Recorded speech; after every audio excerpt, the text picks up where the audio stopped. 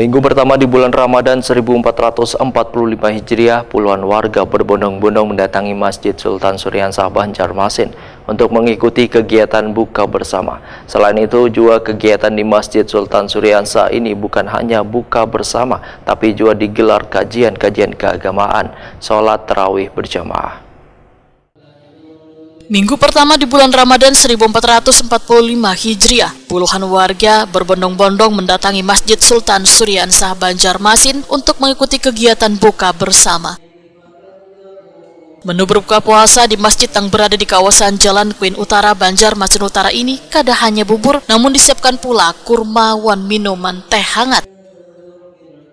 Sambil menunggu waktu berbuka puasa, jamaah mengisi waktunya dengan membaca surah Yasin serta doa bersama. Kaum Masjid Sultan Suryansah, Zainuddin, Wetakoni Prima TV, Kamarian Jumat, 15 Maret 2024 memadahkan selawas Ramadan berbagai kegiatan dilaksanakan di Masjid Sultan Suryansah Banjarmasin, mulai dari kajian-kajian keagamaan, sholat tarawih, wan berbuka puasa bersama. Kegiatan membukakan puasa ini, ujar Zainuddin, sudah rutin dilakukan saban tahun di bulan Ramadan. Jika di bulan Ramadan tahun sebelumnya pelaksanaan buka puasa dengan menu bubur wan nasi, namun di tahun ini hanya disediakan menunya bubur. Zainuddin berharap menu makanan berbuka puasa yang disajikan bisa bermanfaat. Berapa porsi untuk tiap hari? Kalau tahun ini, memang tahun dulu kan bubur sama nasi, ganjil genap itu tanggalnya nih. Tapi sekarang nih dianuakan bubur aja pulang nih itu untuk 1 bulan. Jadi kami menyiapkan sekitar 150, ada cadangan 50. Biasanya dibakar ya?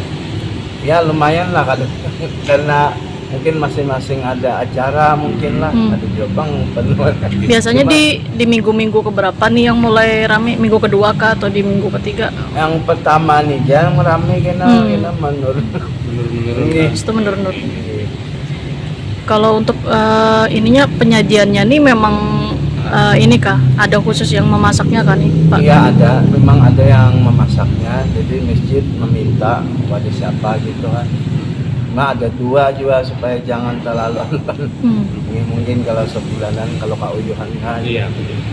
Jadi ada 2 setengah bulan seorang, cuma ganjil genap aja diambil juga terhadap hari ini maulahnya.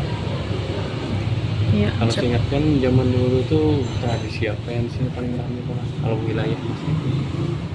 Kalau nang acara ya maulid Bayun gitu kan. Mama Solihin, salah seorang warga yang ikut membantu dalam penyajian makanan berbuka puasa, menyatakan saban harinya porsi yang disiapkan sekitar 150 sampai 200 porsi. Buburnya diolah oleh ibu-ibu yang berada di sekitar masjid.